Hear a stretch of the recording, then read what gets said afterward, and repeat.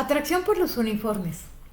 Años más tarde conocí a otro policía. Él insistía en que quería conocerme. Me sentía tan decepcionada de los hombres que ya no quería ni que se me acercaran.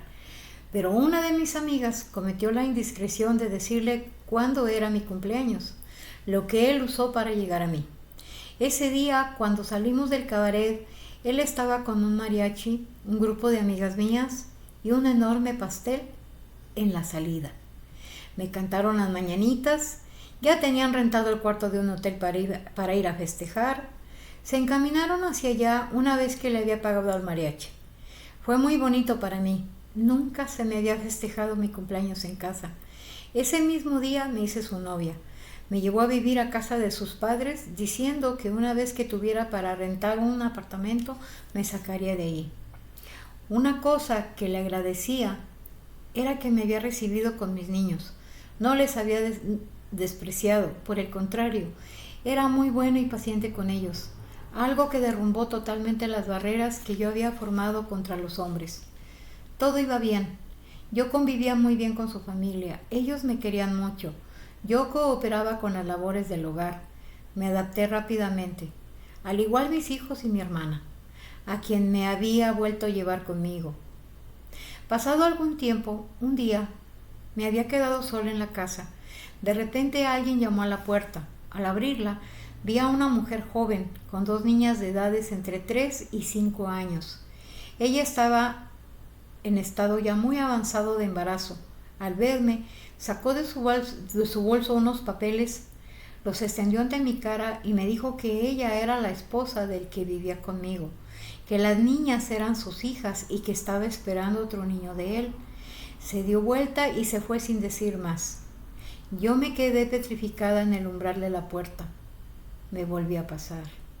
Había vuelto a creer en alguien que no era sincero. ¿Por qué era tan tonta? Lentamente cerré la puerta y me fui a sentar a la sala, a esperar a alguien que me explicara qué estaba pasando ahí. Llegó su mamá. Le pedí que me dijera la verdad. Ella, muy apenada, me pidió perdón, diciéndome que no habían dicho nada porque ella había engañado a su hijo y que el bebé que esperaba no era de él. Únicamente me vino a la mente lo que habían hecho conmigo años atrás. Me decidí a irme de ahí, pero antes le pediría una explicación al hombre que me había llevado a esa casa. Cuando llegó, él ya venía preparado para lo que me iba a decir. Cínicamente aceptó estar casado y que si quería quedarme o irme, era mi decisión. Segundo y último intento. Fue un dolor muy diferente el que sentí. No era igual a las otras veces. Esa vez me sentía cansada, derrotada, totalmente desamparada. Sentía que toda mi vida era un desperdicio. Nadie me quiere, me repetía a mí misma. Tomé un periódico para distraerme leyendo las noticias. Entonces mi vista se detuvo en una noticia. Una enfermera se había suicidado inyectándose insecticida en las venas. Me quedé pensando. Fui a la tienda, compré un bote de insecticida, luego a la farmacia por una jeringa y me regresé a la casa. Llené la jeringa y me senté para ponerme la inyección. Le pedí perdón a Dios por esa decisión, explicándole que ya no podía más, que ya mis fuerzas habían llegado a mi límite. Eran las 8 de la noche, me recosté a esperar la muerte y me quedé dormida. A las 2 de la mañana un dolor intenso me despertó. Era el brazo que me había inyectado. Se me había paralizado en la posición en la que me quedé dormida, con la mano bajo la cabeza. Estaba negro y con pústulas blancas. Me levanté como pude y me salí a la calle. No logré matarme, ahora tengo que buscar ayuda para que me salven mi brazo, pensaba.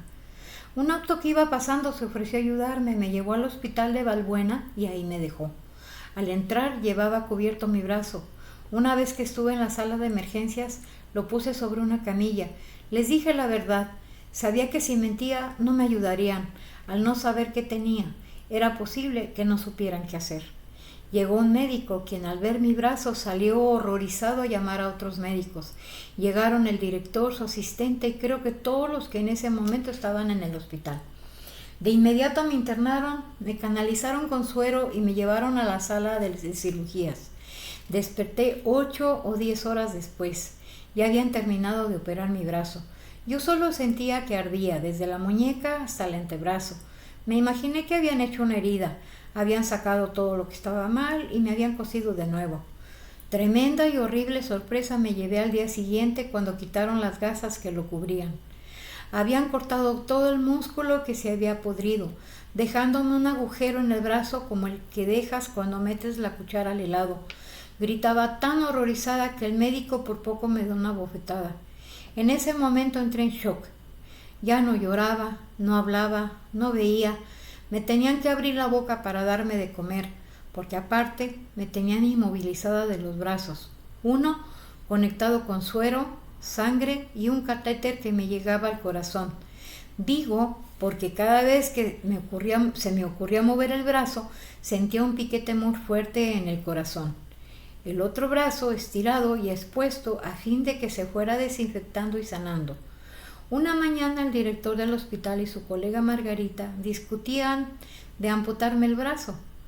Él le dijo que no podía hacer más, que se necesitaba una placa especial para hacerme cirugía reconstructiva y yo no tenía los medios para pagarla. Era muy costosa y además él veía que yo no hacía intentos de volver de mi estado de shock. Ella le contestó que me diera una oportunidad, que si estando entera me había intentado quitar la vida, al verme sin brazo no me sacarían viva del hospital, que ella conseguiría donaciones para comprar la placa que se necesitaba. Él, muy molesto, le dijo con voz fuerte: «Tiene 15 días, o yo mismo se lo amputo», y se fue. En eso volteó la doctora y se dio cuenta que yo había estado escuchando todo. No moví el brazo, ni siquiera la mano, y mi condición mental era preocupante. Me la pasaba mirando al vacío. Había un médico residente que me daba de comer cuando la enfermera estaba sobrecargada de trabajo, que cuando supo que me amputarían, me comenzó a querer motivar a que despertara. Me decía que si quería pegarle a alguien que lo hiciera con él. Pobre chico, se desesperaba al ver que yo no reaccionaba. En aquellas ocasiones me llevaron a mis pequeñitos, quienes habían quedado en la casa de la familia de aquel hombre con quien me fui, y solo me les quedaba viendo. Los desconocía, no recordaba quiénes eran, hasta que un día me llevaron a las hijas de él, las nenas que fueron con su mamá a luchar por su padre. En ese momento jalé aire y comencé a llorar a gritos. Me convulsioné. Las enfermeras se llevaron rápidamente a las niñas de mi presencia. Había salido del shock. Al otro día la enfermera que me atendía me hizo favor de llevarme una madeja de estambre y un gancho para que intentara mover por lo menos la mano o perdería mi brazo. Así fue como poco a poco, durante 15 eternos días, practiqué mi tejido y llegado el día, el director, quien siempre me llamó la que tiene complejo de cucaracha, me reconstruyó el brazo. Cuando desperté, ya tenía una pierna expuesta a la luz de una lámpara, mi brazo empaquetado de nuevo y la firme promesa de la doctora Margarita que me habían salvado mi brazo. Pasaron 1, 2 semanas y me había ido a visitar una de las esposas de los hermanos del policía. Me dijo que cuando saliera del hospital no le avisara a nadie, que llegaría de sorpresa para que viera el abuso que les estaban haciendo a mis hijos y a mi hermana. Solo hasta ese momento recapacité en el daño que les había hecho a mis hijos con mi decisión. Ya habían pasado 3 meses. No me dejaban salir porque tenía que estar en observación. El diagnóstico había sido crisis de esquizofrenia autodestructiva. Tenían que estar seguros de que no lo volvería a intentar. Además que tenían que ver la evolución de la cirugía y la aceptación del injerto que habían hecho de mi pierna al brazo. Me urgía salir. Ya me había preocupado lo que me fueron a decir de mis hijos.